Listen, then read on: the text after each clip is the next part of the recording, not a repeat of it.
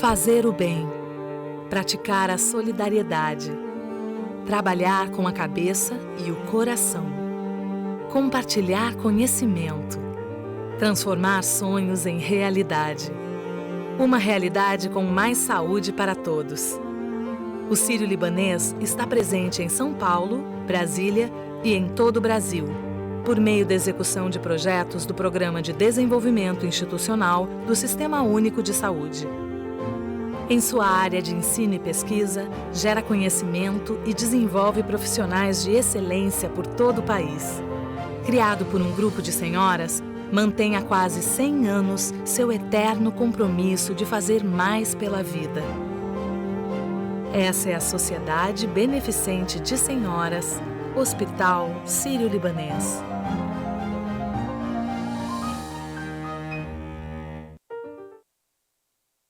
Há 60 anos, começamos uma história na medicina diagnóstica e sempre pensamos no próximo passo para levar a saúde a cada vez mais pessoas, porque somos incansáveis. Trabalhamos dia e noite para atender nossos clientes e nossos parceiros. Investimos em tecnologia de ponta para oferecer mais agilidade, segurança e precisão. Por isso, somos referência em análises clínicas, anatomia patológica, toxicologia, diagnóstico por imagens e também exames especializados e medicina personalizada. Somos um grupo com 12 marcas e quase 6.000 laboratórios parceiros em todo o país. Juntos, atendemos o Brasil de ponta a ponta. Nos vilarejos da Amazônia, no sertão do Nordeste ou nos grandes centros urbanos, queremos levar o nosso apoio para todos. E somando esforços com médicos, laboratórios e operadoras de saúde, seremos muito mais fortes para alcançar nosso propósito: garantir o acesso à tecnologia em saúde a quem precisa, aonde estiver. Olá, boa tarde. Sejam bem-vindos à 5ª edição do Seminário sobre Câncer da Folha. Tem o patrocínio do Hospital Sírio-Libanês e do Laboratório Progenética. Eu sou Mariana Versolato, sou editora de Ciência e Saúde do jornal. Ontem a gente falou sobre câncer e Covid na nossa primeira mesa e também sobre o diagnóstico molecular. E hoje a nossa conversa é sobre imunoterapia. Métodos como quimioterapia e radioterapia atacam diretamente o tumor. Já a imunoterapia ela estimula o próprio organismo a reagir contra o tumor, a tirar um disfarce que permite com que esse câncer cresça, né? Um disfarce do próprio sistema imune. Esse método é tão revolucionário que os pesquisadores ganharam o Prêmio Nobel de Medicina em 2018. E para a gente falar mais sobre imunoterapia, né, aprender mais sobre esse método, eu queria convidar então 3 pessoas para compor o nosso painel. Então, eu convido Paulo Lisboa Bittencourt, coordenador da Unidade de Gastroenterologia e Hepatologia do Hospital Português da Bahia e presidente do Instituto Brasileiro do Fígado. Cristina Bonorino, professora da Universidade Federal de Ciências da Saúde de Porto Alegre e pesquisadora associada da Universidade da Califórnia em San Diego. E Rodrigo Munhoz, oncologista do Hospital Sírio-Libanês. Então, queria começar pelo Rodrigo. Eu queria que ele explicasse para a gente por que a imunoterapia é tão revolucionária e como ela mudou a prática do oncologista. Boa tarde. Boa tarde a todos, é um prazer estar aqui nesse fórum. É inegável hoje o papel da imunoterapia no tratamento de pacientes com os mais variados tipos de câncer. O papel da imunoterapia vem ganhando não só indicações entre diferentes tipos de tumores, mas em diferentes momentos do tratamento oncológico. Isso começou para pacientes que tinham doença avançada, que tinham metástase, e em pouco tempo começou a ser trazido para um momento mais precoce do tratamento oncológico, com o objetivo de reduzir a chance de tumores de alto risco voltarem. E a verdade é que esse conceito de utilizar seu próprio sistema de defesa para combater o câncer e não tratar o tumor diretamente não é algo novo. Isso é algo que vem sendo construído ao longo do último século e que foi abordado de diferentes formas. Existem outras modalidades de imunoterapia que são até mais intuitivas do que o que se usa hoje, mas que não tiveram o impacto dessas novas formas de imunoterapia que foram aprovadas nos últimos 20 anos. Exemplo, vacinas, que a gente voltou a discutir agora com muita ênfase para outras indicações, foram tentadas no tratamento do câncer com taxas de sucesso variáveis. Substâncias inflamatórias que poderiam dar um chacoalhão no sistema de defesa e fazer com que ele passasse a reconhecer o tumor, também foram tentados, trazendo resultados em alguns cenários animadores, mas ainda com uma taxa de sucesso relativamente baixa e às custas de toxicidade significativa.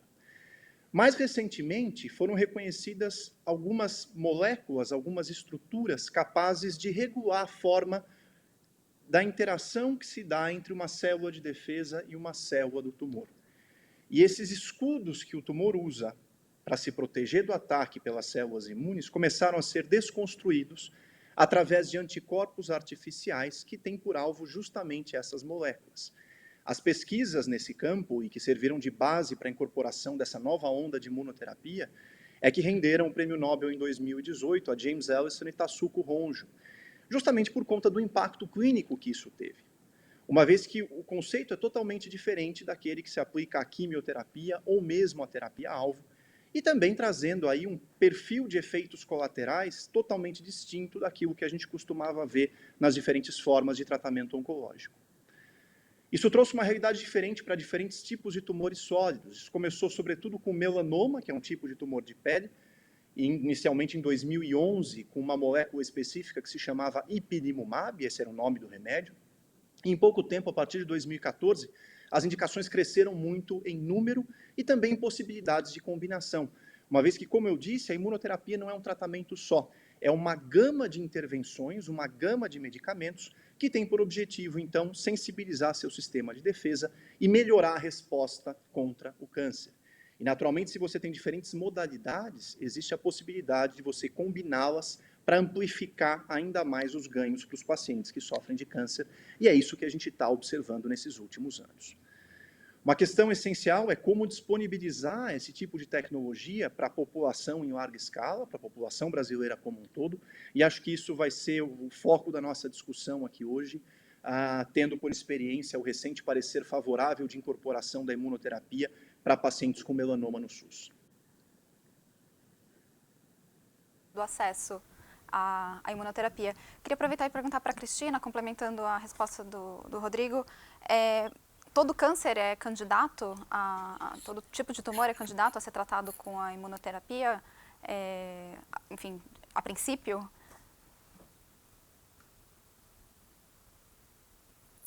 Então, boa tarde, Mariana. Obrigada pelo convite. Parabéns pela iniciativa dessa mesa.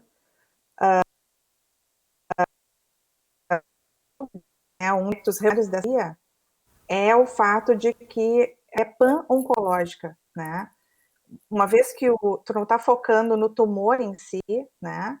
Mas tu está focando na reativação de uma resposta imune que estava silenciada para que o tumor pudesse crescer. Então, isso abre uma gama de possibilidades que nunca se viu, né, no tratamento oncológico.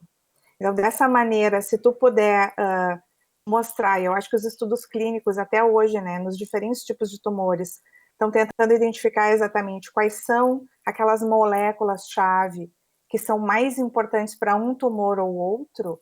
O que a gente está vendo hoje é um florescer de diferentes terapias imunológicas, não só focadas nessas duas primeiras moléculas, que foram as primeiras, a ponta do iceberg. A possibilidade de combinar esses diferentes tratamentos de uma maneira a fazer para aquele específico tumor uma resposta melhor. Então, existe um aspecto geral e um aspecto específico que a gente ainda está estudando. Mas, sem dúvida, né, a coisa mais importante é o fato de que tu vai gerar nesse paciente uma memória imunológica contra esse tumor. E agora que a gente está nessa fase na pandemia, é muito bonito para mim, como imunologista, ver as pessoas se apoderando desse linguajar da gente, anticorpos, memória, né, estudo clínico, fase 3. Então, elas têm que usar esse conhecimento e se aprofundar para entender bem o que essa nova terapia significa para todo mundo. Legal. E eu queria aproveitar e perguntar para o Paulo, na sua área, né, que é gastroenterologia, né, e hepatologia, né, já que você é coordenador dessa unidade no Hospital Português da Bahia, como está o uso da imunoterapia? Tem uma boa resposta? A imunoterapia tem uma boa resposta nesses tumores? Olá, boa tarde a todos os integrantes aí da mesa. A imunoterapia é um tratamento novo, tá? Está disponível para alguns tumores, tem uma potencial muito grande para uso, né, como foi dito anteriormente, para quase todo tipo de tumor. A gente segue muito a ciência, né, onde que existe evidência para o uso da imunoterapia, onde foi comprovado um ganho de sobrevida, uma melhora de qualidade de vida para uso nesses pacientes. O que a gente vê nas instituições privadas é que existe cada vez mais um emprego, como o Rodrigo comentou, da imunoterapia em tumores, mesmo em fases menos avançadas. No entanto, a gente não teve ainda uma incorporação mais ampla dessas drogas no Sistema Único de Saúde, por uma questão relacionada a custo, não por uma questão relacionada à eficácia. Então, para o principal tumor de fígado, que é o câncer primário de fígado, hoje, a imunoterapia, apesar de já ter sido aprovada pela Anvisa, tá, para o câncer de fígado irressecável, metastático, tanto uma associação de 2 fármacos, o atezolizumab e o bevacizumab, assim como recentemente, há 2 dias atrás, uma associação do ipilimumab e do nivolumab, a gente acha que isso vai demorar muito tempo ainda para chegar em grande parte da população que precisa, que é usuária do Sistema Único de Saúde. Mas são drogas altamente efetivas, tá? Já estão aprovadas para vários tumores gastrointestinais, particularmente o câncer de fígado, mas que ainda a gente tem um desafio muito grande para levar essa inovação, levar essa terapêutica revolucionária, como foi colocada, para grande parte da população brasileira. Ótimo.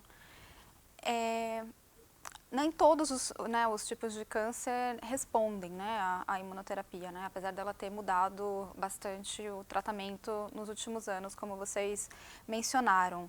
Eu queria perguntar para a Cristina que uma das pesquisas, né, dela é justamente para descobrir por que uma parte não responde. O que a gente já sabe sobre essa falta de resposta? Que evidências que a gente já tem?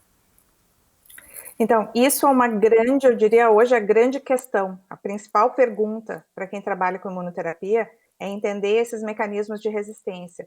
A gente tem, na verdade, eu vou só te corrigir um pouquinho, se eu puder. O benefício, ele parece ser bem uniforme na maioria dos tumores onde ele foi testado, né? Depende muito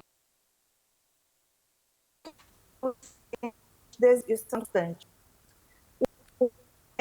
A gente está com um probleminha. O pequeno percentual em que as pessoas se beneficiam. Então, por exemplo, a gente tem um número meio mágico de 20% a 20% dos pacientes respondendo sempre, né? E quando a gente associa os imunoterápicos, a gente pode aumentar isso até 60%, né? Isso já foi feito para melanoma, por exemplo. Então, como eu te falei, a gente está tentando com outras moléculas ver quais são os sinais mais importantes, além desses 2, né? Que quando a gente usa o CTLA-4 e o PD-1, para que a gente consiga mexer na resposta imune de maneira a reativar essa resposta.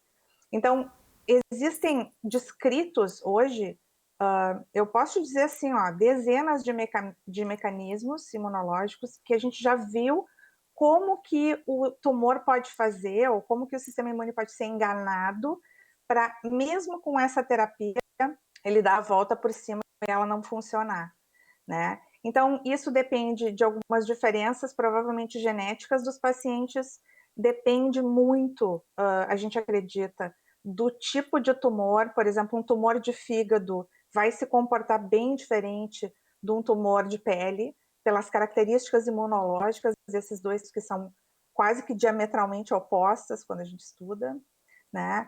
E também tem a ver muito, que eu acho que é muito importante, já que a gente está falando de disponibilização dessas terapias, de testes em que a gente possa gerar e prever se essa pessoa vai responder ou não. Otimizar a terapia de acordo com essas diferenças genéticas do paciente, do tumor, com essas outras moléculas. Então, não só é importante disponibilizar a terapia para as pessoas, mas também disponibilizar e criar novos testes preditores de resposta. Tá? Eu queria aproveitar e reforçar o chamado, né, para que quem está assistindo a gente mande suas perguntas. Tem um número de WhatsApp que ficar aparecendo aqui, né, na nossa tela. E a gente já tem algumas perguntas de telespectadores. A Raquel Campos, de São Paulo, pergunta: não existe um excesso de otimismo em relação à imunoterapia? Quem gostaria de responder? Mariana, a gente precisa, de fato, tomar cuidado com com o nosso entusiasmo e com a forma como a gente passa isso para frente. De fato, a imunoterapia é algo revolucionário. É algo que nos permite oferecer, talvez, chances de cura para pacientes com doença avançada. Mas é fundamental entender que a imunoterapia não é uma panaceia, ela tem as suas limitações, pelo menos com as tecnologias que nós temos hoje disponíveis. O número de indicações vem crescendo, só que não é todo tipo de câncer que responde da mesma forma à imunoterapia. Alguns tipos de câncer respondem mais, outros tipos de câncer respondem menos. Combinações talvez permitam aumentar esses ganhos. E não só combinações de imunoterapia, combinações de imuno com químio, combinações de imuno com rádio, mudar a estratégia de combinação, por exemplo, de imunoterapia com cirurgia. E tudo isso é muito promissor.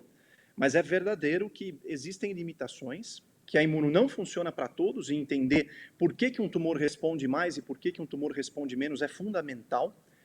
E um outro ponto é que a imunoterapia também não funciona para sempre em todos os cenários. Em muitas situações, ainda que alguns pacientes possam ter respostas extremamente duradouras e talvez ficarem curados às custas da imunoterapia, vez por outra o tumor passa-se a crescer ou mais cedo ou mais tarde.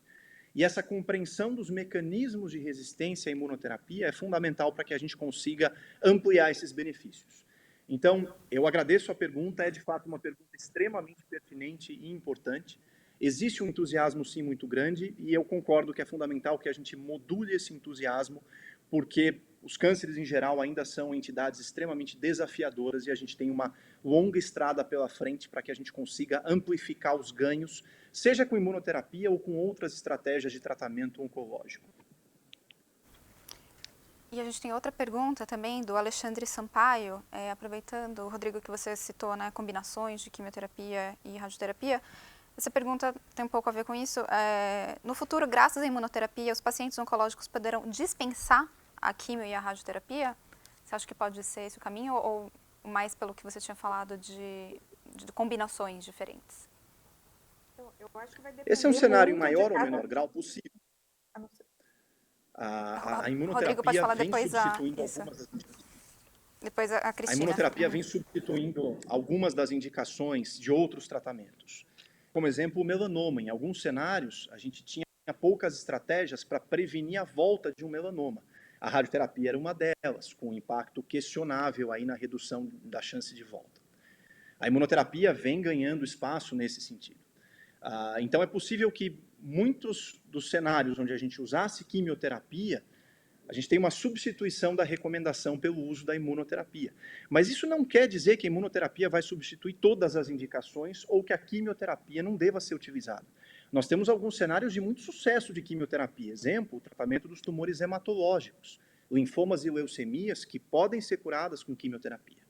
Tumores de testículo e de ovário que podem ser curados com quimioterapia. E a possibilidade de combinação, como acontece, por exemplo, em alguns cânceres, alguns tumores sólidos, como câncer de pulmão, em que você mistura a químio com a imuno. Então, eu acho que a gente precisa caminhar numa forma de saber reconhecer os cenários em que uma estratégia é melhor do que a outra e os cenários nos quais uma estratégia combinada é mais vantajosa. Cristina, quer complementar? Eu queria complementar, assim, eu acho que, né, principalmente se alguém está acompanhando a fala dos cientistas hoje com relação à pandemia, o pessoal já entendeu que cientista nenhum fica super emocionado e faz panaceia de nada. Então, isso que o Rodrigo falou é absolutamente correto, né? O que a gente tem são só desafios. Então, se a gente vê que uma coisa funciona, para o imunologista, a gente só quer que ela funcione melhor e para mais gente. Então, o que a gente faz hoje, em termos de pesquisa de imunoterapia que se faz no mundo inteiro e aqui no Brasil também, é entender esses mecanismos de resistência e, dessa maneira, tentar otimizar como exatamente que a gente pode combinar, por exemplo, como ele falou, com químio ou com radioterapia. Todas essas outras terapias, eu preciso dizer isso, né, como eu sou imunologista, na verdade, o que elas vão trazer de bom não é tanto o controle do tumor, do crescimento tumoral, como se idealizou quando a gente imaginou a quimioterapia, mas sim liberar antígeno e gerar um estado de ativação de resposta imune que pode realmente funcionar como um auxílio muito grande para essas terapias. Então, essa é uma nova maneira, um novo momento de entender a terapia para o câncer, repaginando aquilo que a gente achava que o câncer era e entendendo melhor como que é que ele funciona no teu organismo, como é que o teu organismo lida com ele. E ajudar dessa maneira esses mecanismos. Ontem a gente falou muito de medicina de precisão, né? Enfim, medicina personalizada, enfim, a gente estava falando, né, de diagnóstico molecular, e a imunoterapia muitas vezes se encaixa, né, nesse balaio de avanços, né, e novidades no tratamento do câncer. Queria que, uma pergunta mais geral, até para o leitor que não navega, né, não é especialista nesses assuntos, vocês explicassem a diferença entre imunoterapia e terapia-alvo. Como são feitas as indicações para os pacientes, de um ou de outro? Então, não sei se alguém Pode quer... falar, Cristina. Então, isso é muito importante que a gente entenda. A terapia-alvo, ela surgiu até antes da imunoterapia. A gente pode olhar, por exemplo, a maneira como a gente compreendia o câncer e imaginar assim, não, primeiro a gente só pensava que era uma massa descontrolada crescendo. Então a quimioterapia surge como uma opção importante para tu controlar esse crescimento, porque ela inibe divisão. Só que a quimioterapia tem um problema, né? Porque inibir a divisão de maneira não específica afeta o sistema imune. A célula que se divide mais rápido depois de um tumor no teu corpo é o linfócito T, a tua célula imunológica, quando ela é ativada. Então ela tem um problema, ela dá um déficit de resposta. A gente tem que saber balancear. Aqui a alvo, ela surge num segundo momento, quando a gente começou a entender as rotas, os mecanismos biológicos pelos quais o tumor estava crescendo tanto. Então ela foi mais especializada tentando buscar, não, aqui tem uma mutação genética e eu vou resolver essa mutação. Então a terapia-alvo, ela tem uma coisa muito legal, que é, você tem esse defeito genético, você tem essa mutação genética, eu tenho a droga para você. Né? Então isso aconteceu, como o Rodrigo falou, nos cânceres hematológicos, né? Principalmente leucemia mieloide, em que a gente viu um efeito, mas eu acho que esse é o mecanismo de maior sucesso dessas terapias. Então você pode associar, como a gente tinha falado antes, um teste de diagnóstico, né, preditivo da sua resposta e dessa maneira otimizá-la. No caso da terapia imunológica, da imunoterapia, disponivelmente, a gente não assiste bom ou não. O teste que existe, ele não é ruim, tá? Ele não é exato. E a gente precisa trabalhar muito nisso. Eu tenho certeza que isso vai mudar nos próximos anos, porque tem, assim, ó, milhares de pessoas, milhares de laboratórios trabalhando ativamente nisso. Tá? Não sei se alguém quer... Se alguém quiser complementar. A gente diferencia uma coisa de outra. Essa, na verdade, é uma diferença conceitual e até certo ponto didática. A quimioterapia tem seu alvo, a imunoterapia tem seu alvo. Mas o conceito de terapia-alvo, de droga-alvo, de personalização, ele, na verdade, não nasceu em oncologia. Ele nasceu na microbiologia, no conceito da bala mágica. Ou seja, o conceito de que você teria uma forma de tratar uma potencial ameaça de forma seletiva, diminuindo o dano que você oferece às células saudáveis. Esse conceito surgiu para tratar a infecção bacteriana e viral, e a gente roubou para a oncologia a partir, sobretudo, da caracterização do DNA e do sequenciamento do genoma, e do reconhecimento de que, muitas vezes, alterações no DNA ou no processamento do DNA podem estar associadas à formação de um câncer. E que, nesse processo de formação de um câncer, você consegue bloquear essas etapas a partir de drogas que atuam especificamente nessa alteração. Esse conceito que serviu de base para a elaboração das terapias-alvo. Você parte para uma droga-alvo essencialmente de uma característica ou própria do tumor ou que acontece com maior frequência no tumor. E que, preferencialmente, está relacionada ao crescimento e proliferação desse tumor. É como se você tivesse um interruptor que está ativo, que é o seu alvo, e que você vai desligar na célula tumoral a partir do uso de uma droga-alvo. É conceitualmente diferente da imunoterapia, ainda que você tenha alvos muito bem estabelecidos para os anticorpos que a gente usa em imunoterapia. Na imuno, como a gente já abordou, você está mobilizando todo o seu sistema de defesa para que você combata o câncer, mas você não está atuando diretamente naquela circuitaria, naqueles mecanismos que fazem o câncer crescer e que muitas vezes tem uma origem no genoma do tumor, no DNA do tumor, e é isso que diferencia de forma um pouco didática aí o conceito da terapia-alvo, da químio e da imuno. A gente recebeu mais uma pergunta de um telespectador, o Néstor Vasconcelos. Ele disse que ontem o Dr. Arthur Katz disse que o ambiente hospitalar é seguro e que o paciente oncológico não precisa ter medo de se contaminar pela Covid. Então, eu queria saber de vocês se vocês concordam, como que está, enfim, trazer um pouquinho da discussão de ontem para cá. Paulo, se você quiser começar, e aí depois os outros podem falar também. Então, a maioria dos hospitais estabeleceu fluxos muito distintos para o paciente que é internado com uma suspeita, não é com Covid, mas com a suspeita da Covid-19 e outros pacientes, particularmente pacientes oncológicos, de forma que no percurso intra-hospitalar, na ala que o paciente fica internado, na unidade de terapia intensiva, no centro cirúrgico, na unidade de internação, não haja uma mistura entre pacientes com Covid-19 e pacientes que tenham outras doenças, incluindo câncer. Então, por conta disso, pode-se dizer que existe segurança dentro do ambiente hospitalar, mas é um ambiente, novamente, como é a rua, né? Um ambiente em que existe sempre risco de contaminação.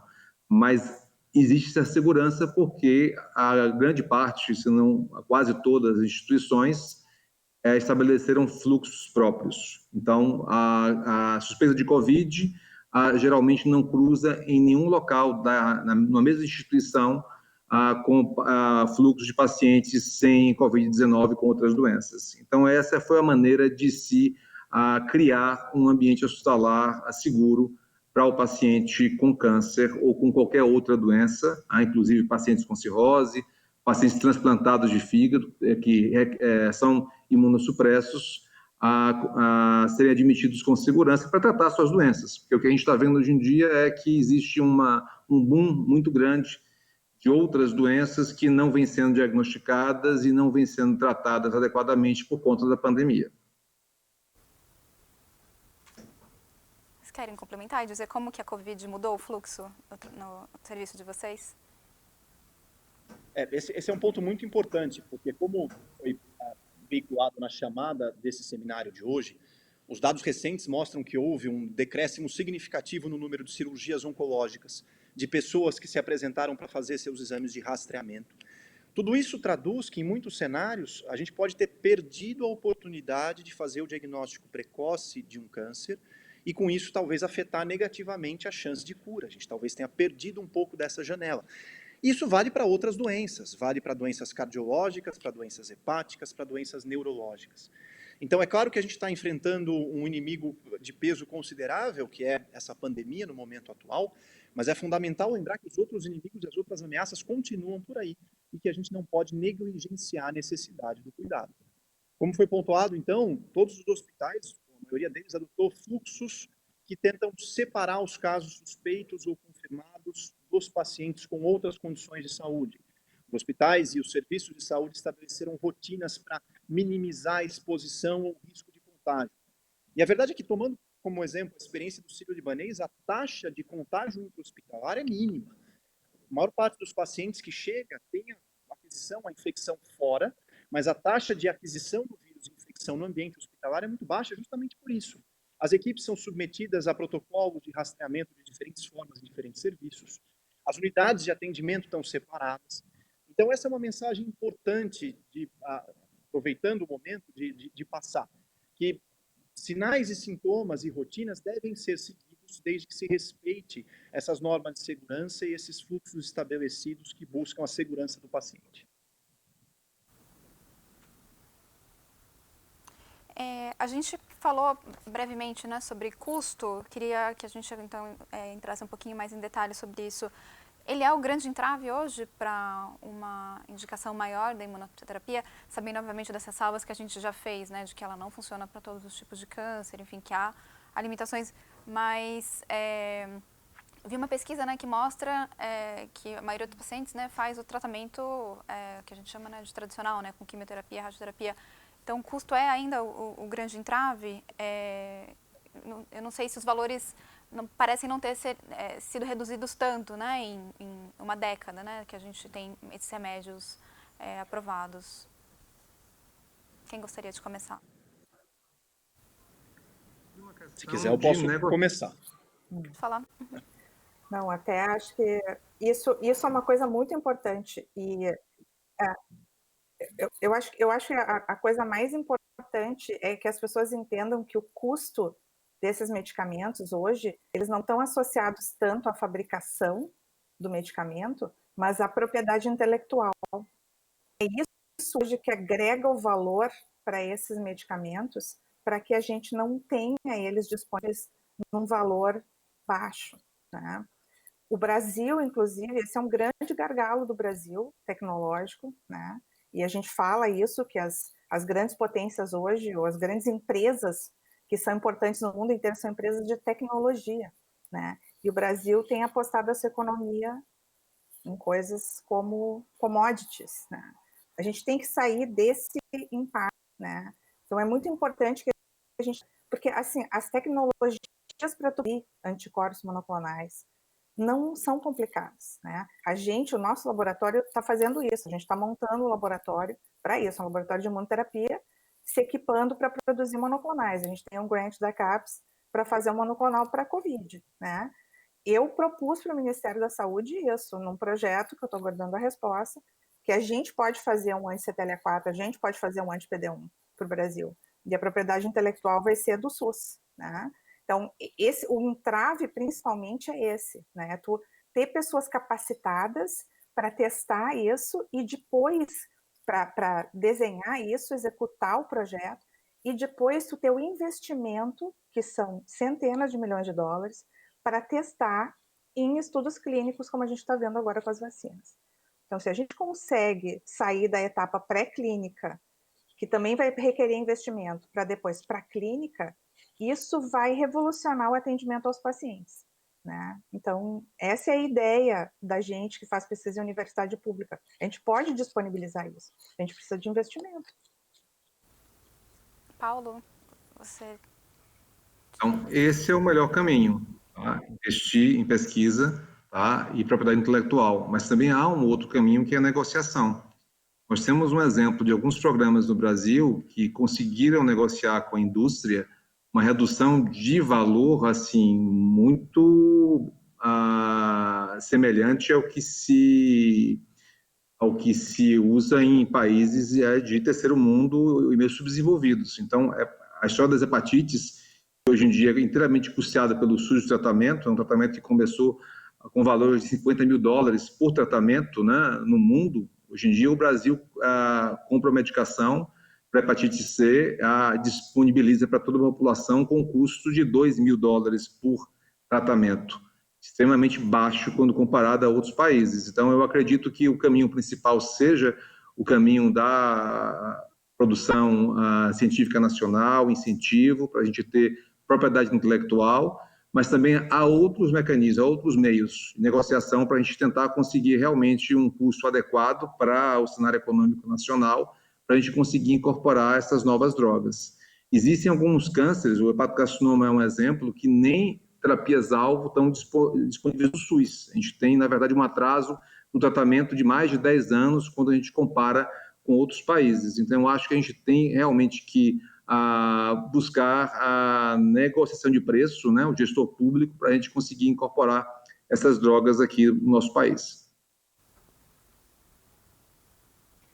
Rodrigo, gostaria de complementar? Não, eu estava dizendo que o Paulo falou em $2 mil, né? Paulo e com Cristina. Concordo com o Paulo e com Cristina.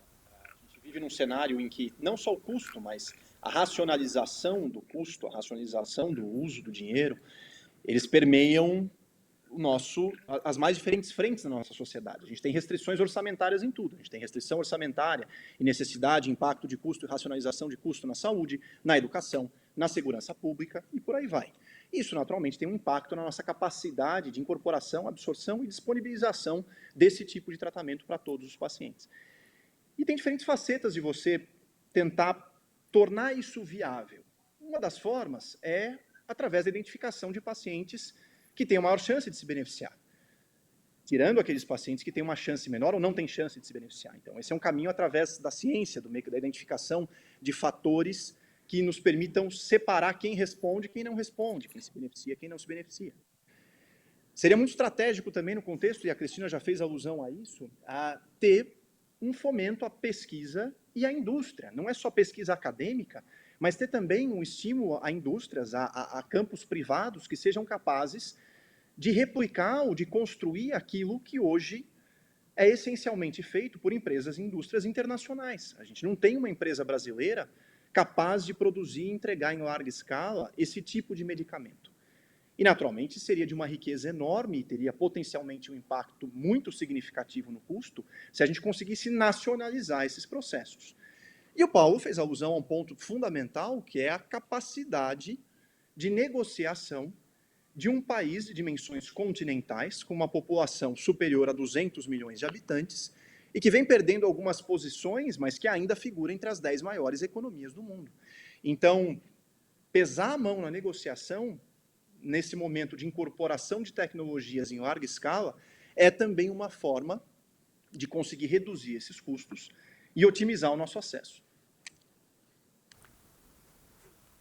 Cristina, você tinha começado a falar, você gostaria de complementar alguma coisa em relação ao custo?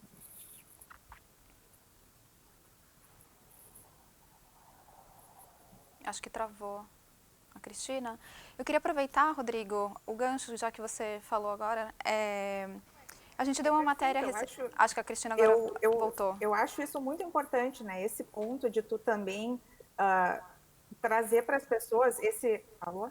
Oi. Estamos ouvindo. Eu acho que a conexão dela não deve estar muito boa. Não sei. Então, voltei? Não sei. Sim, sim.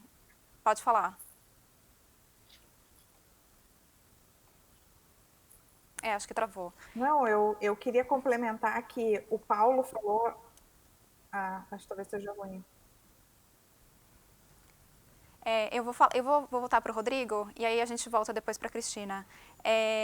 Então, Rodrigo, eu queria falar que a gente deu uma matéria recentemente de que em relação ao preço, também há dificuldades também na rede privada, claramente, né? Enfim, não é um problema, o custo não é uma questão só do sistema único, de que há desigualdades, né, dentro do sistema suplementar e pressão sobre os médicos, especialmente em planos administrados por operadoras menores, para que os médicos não prescrevam imunoterapia ou outras terapias-alvo por conta justamente do custo.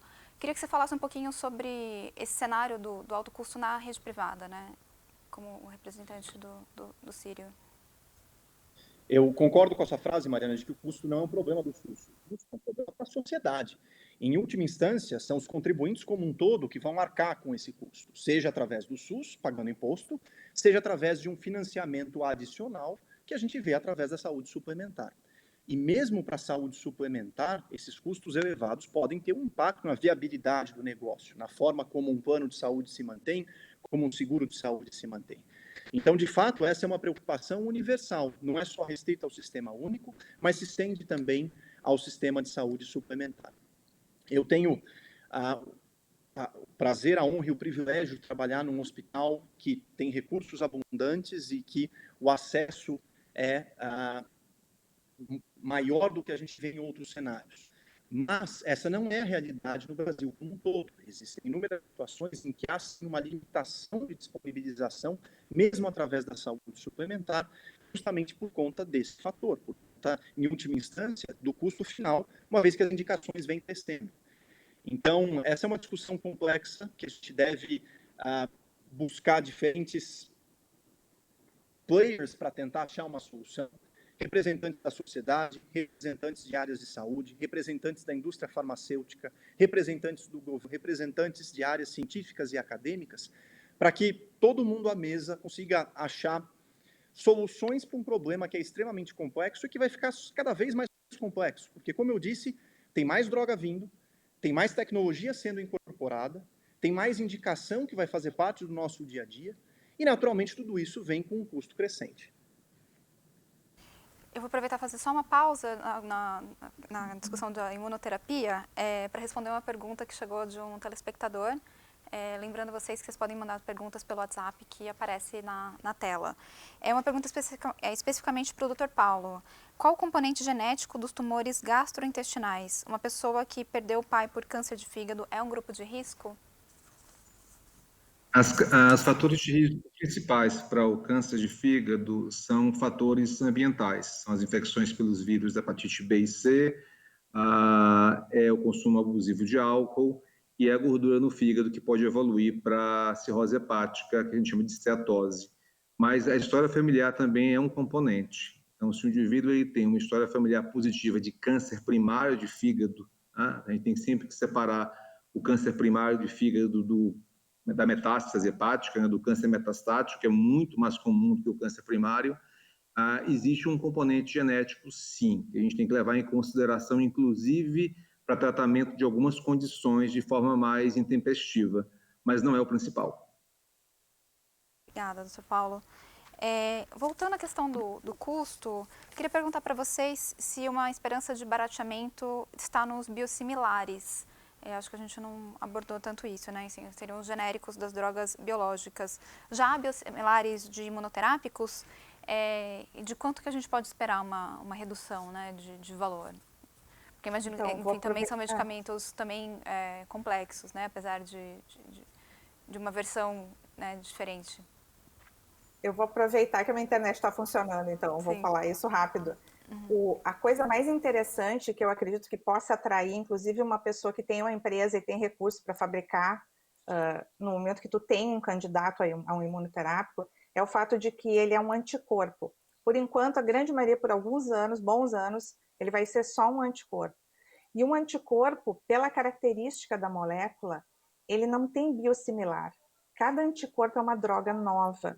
Então, para quem conhece um pouco de como que a gente patenteia, como é que funciona a propriedade intelectual, vai entender que no momento em que a gente consegue um anticorpo que tem uma função boa, ele tem uma eficácia comprovada, ele é uma droga única e ele é patenteável como qualquer um dos que estão no mercado com o mesmo valor. Né? Se tu tem um ensaio clínico que comprova a função dele clínica, além de toda a parte biológica de pesquisa básica, tu tem uma droga absolutamente original, né? Então, isso é o grande atrativo de tu fazer um monoclonal, em termos de poder, inclusive, monetizar isso, né? Ganhar dinheiro com isso. Então, eu não vejo, assim, um biosimilar. A questão do biosimilar vai ser, por exemplo, quando cair a patente de um dos anticorpos que já existem.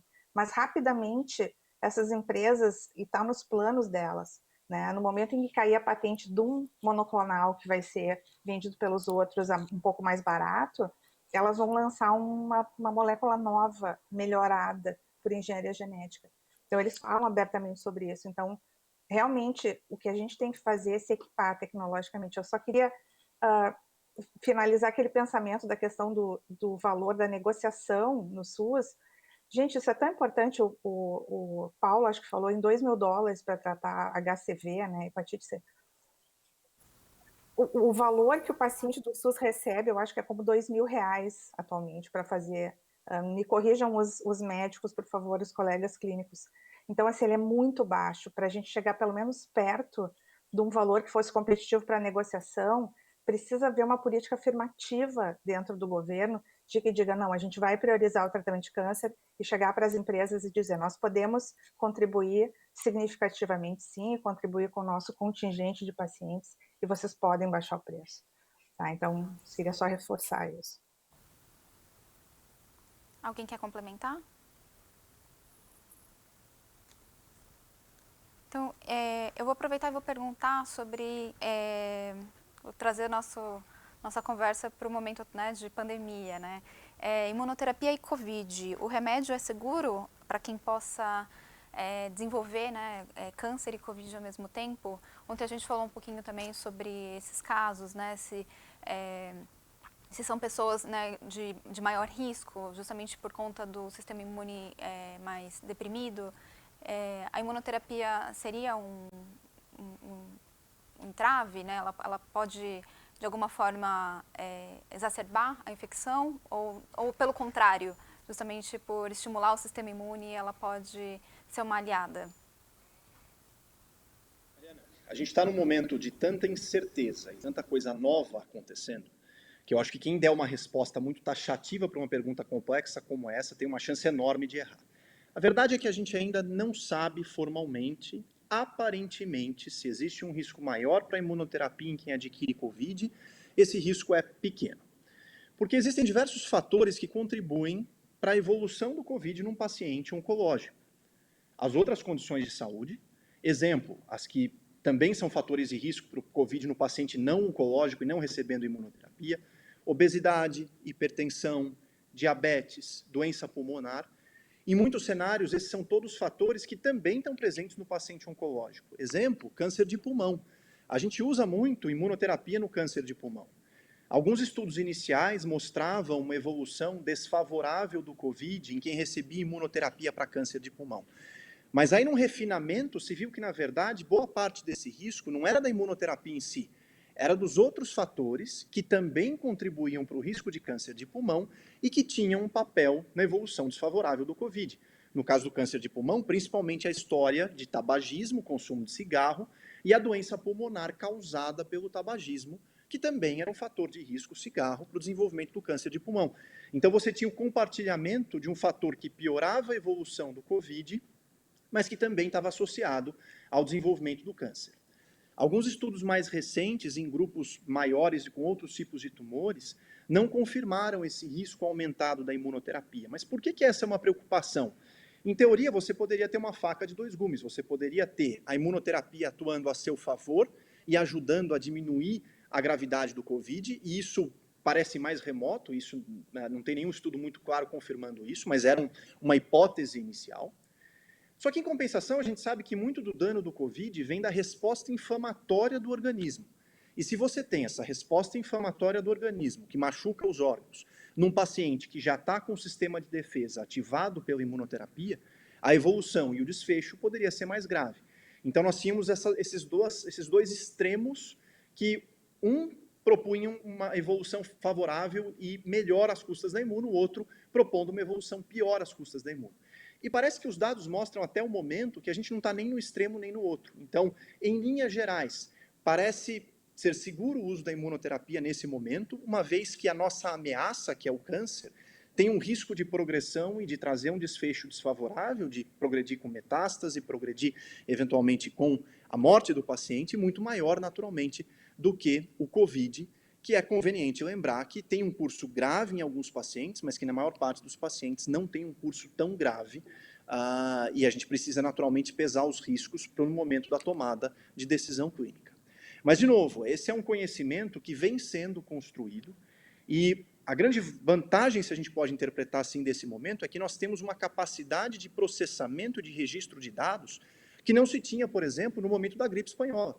Então, a gente vai conseguir construir conhecimento e tirar conclusões e aprender desse momento dramático que a gente está vivendo muito mais coisa do que se conseguiu no último século.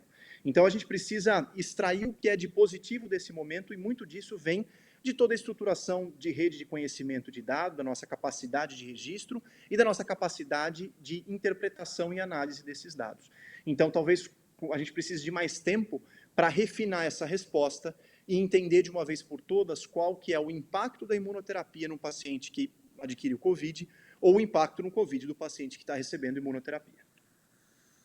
Outra pergunta que eu acho que também pode ter uma resposta ainda em aberto, né? Enfim, como você disse, Rodrigo, a gente ainda está aprendendo muito, né, sobre essa doença, mas algumas pesquisas muito iniciais já mostraram, né, já fizeram testes da imunoterapia para tratar a Covid.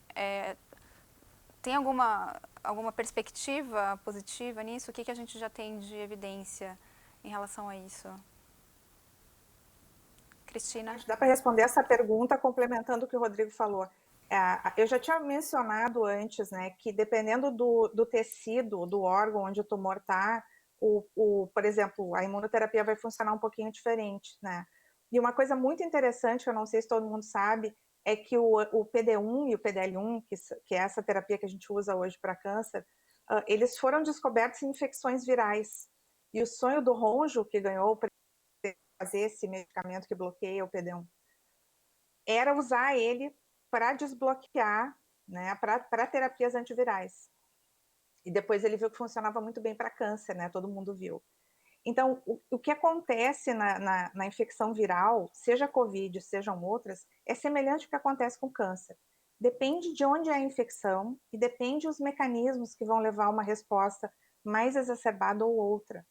Eu sei que é difícil para o pessoal que é mais leigo, que é a grande maioria das pessoas, mas eu posso te dizer com certeza que aquilo que a gente chama de inflamação ou resposta, elas são diferentes, elas têm peculiaridades que a gente está tentando destrinchar para poder, com segurança, um dia recomendar, ó, nessa infecção a gente pode tratar com o anti-PD-1. Então, por exemplo, um dos papers recentemente que a gente publicou com o vírus respiratório sincicial, né, mostrava isso, que quando a gente, que é um vírus que é do resfriado comum, é um problema aqui no Rio Grande do Sul no inverno, né, o vírus respiratório sincicial, ele, se tu tratar essa infecção com anti-PD-1, isso é devastador, né?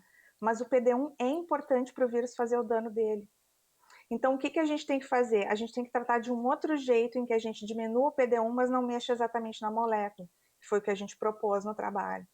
Então, o que eu quero te dizer, eu acho que os ensaios atualmente são né, clínicos para tratar a COVID com imunoterapia são se for anti-PD-1, né, são iniciais, mas, por outro lado, a gente precisa de pesquisa básica para entender a biologia da doença, a história natural da doença, né. Agora, tem um outro tipo de imunoterapia que a gente pode usar para o COVID. Esse sim, né, tem muita gente trabalhando com isso, que é fazer anticorpos também, monoclonais, anticorpos sintéticos, como o Rodrigo colocou, em que esses anticorpos funcionam como bloqueadores do vírus nos teus tecidos. Então, assim como para a corrida da vacina, tem uma corrida para esses monoclonais, né? E eu acho que recentemente a gente viu uma análise lá de um primeiro, acho que são duas empresas, a Regeneron e a Lilly, que têm anticorpos que foram bem promissores. E isso vai depender, pelo menos está todo mundo vendo, os dados estão sugerindo, então a gente tem comentado muito que provavelmente esses anticorpos seriam interessantes de tratar no início, logo no início da infecção, né? Qual é o entrave? De novo, o custo, né? Então, esses medicamentos realmente, se eles realmente se confirmar que o benefício deles é mais no início da infecção, eles ficam muito caros e tem que se achar uma outra maneira de tratar, né? Depois que o paciente já está hospitalizado ou está em estado grave, ele já fez muitos anticorpos. Então, parece que tu adicionar anticorpos não muda muito o estado do paciente. Tá? Isso é o que a gente tem visto. E a gente já está se aproximando. Eu queria fazer só uma última pergunta, que eu acho que essa é uma pergunta mais simples, do André Ribeiro, de São Paulo. Quais são os principais efeitos colaterais da imunoterapia? Acho que os nossos clínicos podem responder. Com certeza. Quanto ao efeito colateral, é até algo intuitivo entender que se a gente está estimulando o nosso sistema de defesa para que ele passe a atuar contra o câncer, ele pode errar o alvo e voltar a resposta contra tecido sadio. Então, em teoria, qualquer órgão ou tecido sadio pode ser alvo de uma agressão pelo sistema imunológico. Então, existem os mais variados tipos de inflamações que podem acometer a pele, uma dermatite, o fígado, uma hepatite, as células do sangue, as glândulas endócrinas, por exemplo, a tireoide com uma tiroidite, ou seja, são inflamações. Mas a verdade é que, na prática, esse risco teórico só se confirma numa parcela relativamente pequena de pacientes, pelo menos de forma grave. Os efeitos colaterais mediados pelo sistema imune em pacientes recebendo imunoterapia só ocorrem de forma grave em 10 a 15%, não mais do que 20% dos casos. Ou seja, 80 a 90% dos pacientes podem sim ter algum tipo de inflamação ou de efeito colateral, mas habitualmente leve. E só 10 a 20% que vão ter essa manifestação de forma mais grave. A pele é um órgão que é frequentemente afetado, então você pode ter inflamação da pele, pode ter coceira, as glândulas endócrinas que eu já citei, mas a verdade é que também muitos desses efeitos colaterais são reversíveis se eles forem diagnosticados no momento adequado.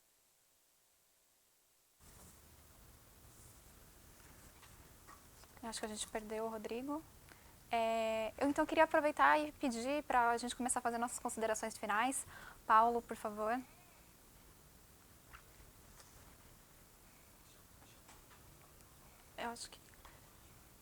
Acho que a gente vamos encerrar por aqui. A gente está com um probleminha técnico para falar com os nossos convidados. Queria agradecer muito vocês que acompanharam o nosso seminário de câncer, a nossa 5ª edição do seminário de câncer da Folha. E no sábado a gente vai ter um caderno especial. Paulo, você nos ouve? Agora ouço, mas Sim. acho que eu fiquei um pouco instável na internet. Sim. Só então fazer as últimas suas considerações finais, a gente já está terminando o nosso seminário. Queria agradecer a sua participação. Eu que agradeço o convite. Eu acho que é muito importante levar para a população esse tipo de informação sobre imunoterapia, sobre pesquisa básica, a importância da pesquisa básica para a gente ter uma indústria nacional farmacêutica de peso que possa levar medicamentos com custos mais baixos para a população, a importância da pesquisa clínica, a diferença entre pesquisa clínica e empirismo. Não existe nada mágico, né? Tudo que é lançado e todos esses medicamentos têm muita pesquisa básica e clínica prévia. Também muito por isso o custo é elevado, não é só uma questão de patente, é uma questão também de que a cada droga que é lançada no mercado existe muita pesquisa e um custo envolvido no desenvolvimento muito alto. Era isso, eu gostaria de agradecer muito a participação e parabenizar aí a Folha e o Hospital Sírio-Libanês, assim como a Progenética. Obrigada, Paulo. Cristina, então, suas considerações finais? Também parabenizo vocês pela iniciativa, esse é um tema muito importante.